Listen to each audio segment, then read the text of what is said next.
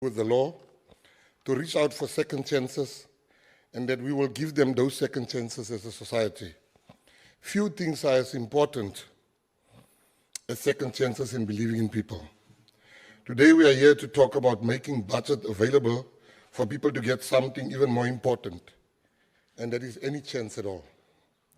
Over the past year, we've seen so many stars in both sports and the arts, both young and experienced, realize their God-granted potential to make us proud and say that we are South Africans.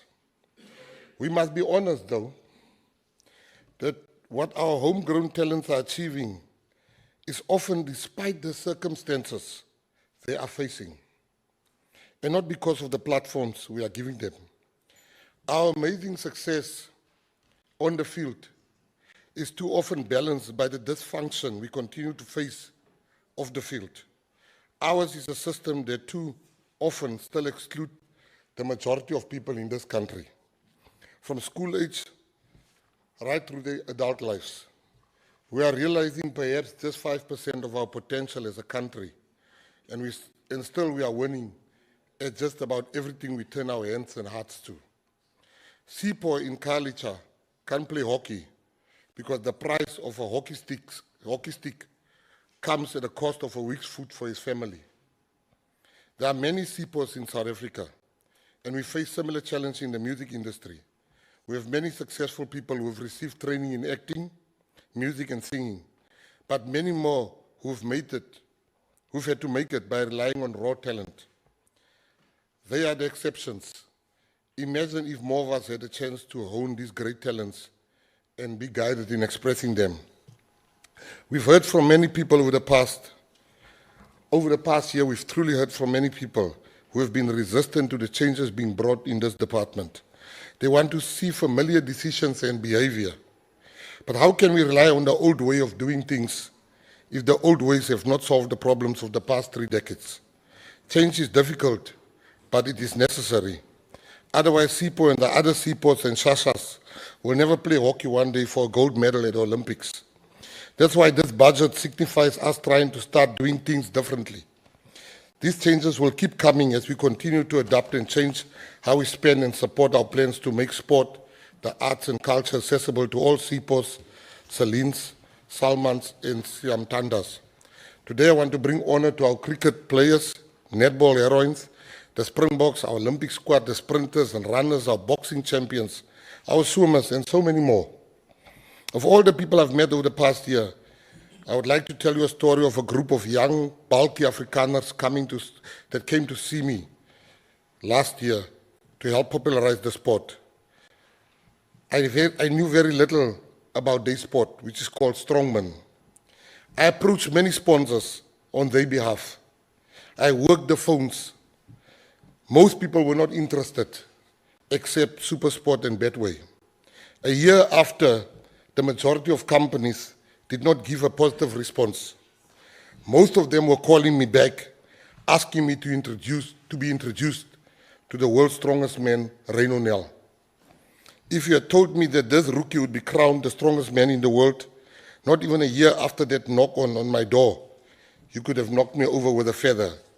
This is a simple example of how, with support, we can defeat the world's best at about anything as South Africans. Nothing illustrates that South Africa has unmined gold waiting in our townships, Cape Flats, and Kleindorpies like this story. I see my term as a minister as a continuation of my previous job of being a miner, looking for human gold. Access and opportunity matter. Even the greatest of talent need that opportunity. This is why, to invest in all our talent, both in sport and in the arts and culture, as well as preserving our heritage, the department has a budget of 6.3 billion over the 25-26 financial year. Under Program 2, Recreation, Development and Sport Promotion, we are allocating 1.2 billion.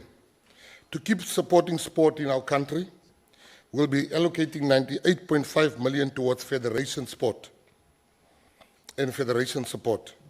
One of the biggest changes coming for our federations will be the provision of an office building for them to share. As many have been running their sports out of the boots of their cars. They have been trying to save sports under the most trying circumstances. We will be professionalizing the approach and allowing different sports to benefit from the concept of shared services. We are also finalizing the process of funding video assistant refereeing, VAR, to ensure that football matches from the Premier Soccer League to the international fixtures we host are fairer and meet global standards. It is a necessity. We see stadiums being vandalized when bad refereeing happens, which is quite often. And the success of teams like Mamelodi Sundowns make global teams want to play in South Africa, but they get second thoughts when they hear we don't have VAR. Since we last stood here and shared our vision for Team South Africa at the LA Games in 2028, the draft document on Project 350 has been developed. Late last year, we traveled to the Olympic House in Switzerland to register our interest in hosting a Summer Olympic Games in South Africa in 2036. We've already engaged the cabinet clusters, and South Africa is well positioned to become the first African country to host an Olympics in nearly a century and a half. We count on the support of all South Africans to make it happen. Many laughed when I uttered the words Formula One, that Formula One must come back to South Africa. But I want to bring honor to one man in particular who didn't laugh. His name is Toby Venter, the owner of the Kalami racetrack. When I told him that government doesn't have the money to host Formula One because of more urgent priorities, this South African, Toby Venter, said he's in a position to help make his track and uplift it to F1 standards. He looked me in the eye and he said he would see it as his patriotic duty to do that. That was a year ago. I stand here today to tell you that the FIA, the FIFA of motorsport, has given the green light for the upgrading of the track. We've had multiple meetings with the management of F1, with a crucial one happening in the next 2 weeks. To those who say the country can't afford to host the F1, I'm saying the country can't afford not to host the F1. When you set the bar high for a country, as we have done in the past, you can't afford to take the bar back down. We hosted the best FIFA World Cup. We put our country on the map for big events and should not turn back now. What will be different this time, though, is that government will not be expected to pay. Companies like MTN, MultiChoice, Heineken, and many more have raised their hands and said, here we are, tomorrow. They will be present with us in the meeting with Formula One at the end of the month. We've even had patriots who've told us, whenever you need help, come to us. One of them being the richest man in the country, Johan Rupert. Those who are saying Formula One is not important should consider the countries who are holding on to the F1 spots on the calendar. They see the value in it, and it can't be called the World Championship if it misses an entire continent, sub-Saharan, in Africa in particular. While on the topic of motorsport, I want to thank everyone who has joined us in our mission to grow the sport of spinning. I want to thank Red Bull and Celsi in particular. People were laughing when we said we're going to make spinning big. But already this sport has left the townships. And now Sam is wowing the likes of Max Verstappen with his skills in Austria. We are keenly exploring the potential of bringing a live golf event to South Africa as early as next year, especially given the platform that this exciting new tournament also gives to performing artists on world-class stages after the golf clubs have been put back in their bags at the end of every day's play.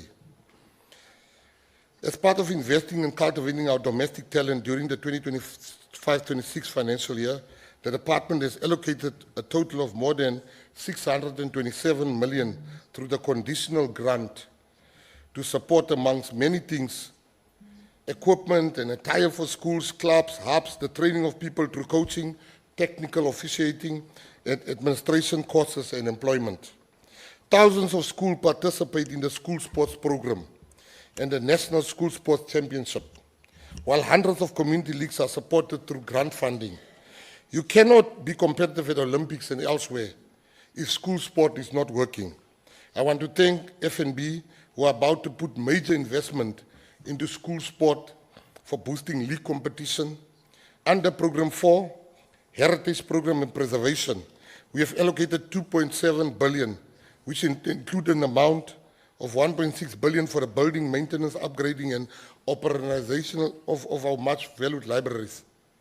Following the success of our inaugural program to return the remains of South African fallen heroes from Zimbabwe and Zambia last year, we shall continue to repatriate the human remains of freedom fighters who fell outside the country during the struggle. Our heroes who fought for us back, Duma Nokwe, Basil February, Tot Matikita, and Me Florence Muposho, have been brought home. I'm told there could still be 5,000 bodies that need to be returned, and we shall not rest until they are home. Heading into the current financial year, our technical team is expanding the focus to Angola, Lesotho, while work continues in Zambia and Zimbabwe. We shall soon conclude the reburial of 50 ancestral remains from the Northern Cape, guided by the Northern Cape Reburial Task Team, which represent the Nama, the Griqua, the Korana, and the San communities. Last month, under the theme Reimagining South African Heritage for a New Era, we started the important process of seeing our museums entering the digital age, becoming relevant to a new curious generation of increasing visitors. One of the first projects we are focusing on is Robben Island, which is undergoing a major revamp and facelift as I'm speaking. We are fixing the transport challenges of Robben Island. We will recognize every former prisoner. There will be heritage statues and wall of names, along with a wealth of new facilities and activities. We are proud to have established 17 CCI sector cluster organizations whose formation was necessitated by persistent structural and systemic challenges facing the creative sector. This was extensively discussed. Under Program 3, Arts and Culture Promotion and Development, we are allocating 1.7 billion. Among the key challenges being addressed are the fragmentation and lack of coordination. What I want to say is that artists has been dying poor for 30 years and more. We can't be doing the same things over and over again. We are getting the foundation right. This will be supported by a budget of operationalization of 34 million. We understand the frustration of our creatives. Getting our creative cluster going again is #1 priority for us. The MGE open call has been completed and 152 successful applicants have received their grant letters. We need to move quickly and submit compliance. The department has received 350 million from the Presidential Employment Stimulus Program. The NFVF in particular will have to do things very differently. We will support the San and the Khoi languages. We've set aside 2 million for that. Through these priorities, South Africa stands to benefit by attracting international investment and partnerships. Before I finish, I must answer the million-dollar question I keep being asked. Are we going to financially compensate the people who have been winning at everything? The answer is unfortunately no. Because if we give our many stars those bonuses, they will bankrupt the state with the way that they are just winning at everything. We are proposing here was that the House adopts this budget. We thank you, Honorable Chairperson. Thank you very much.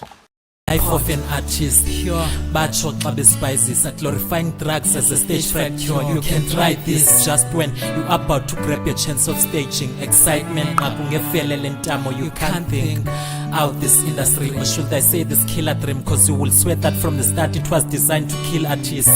Bangakulwela when days are bright, as a human being on Instagram, too much pressure, unrealistic expectations. Whoever said that is the perfect is with us, wethembekile, singiza wethembekile, remedies within us as ikhwemba sibhebhekile.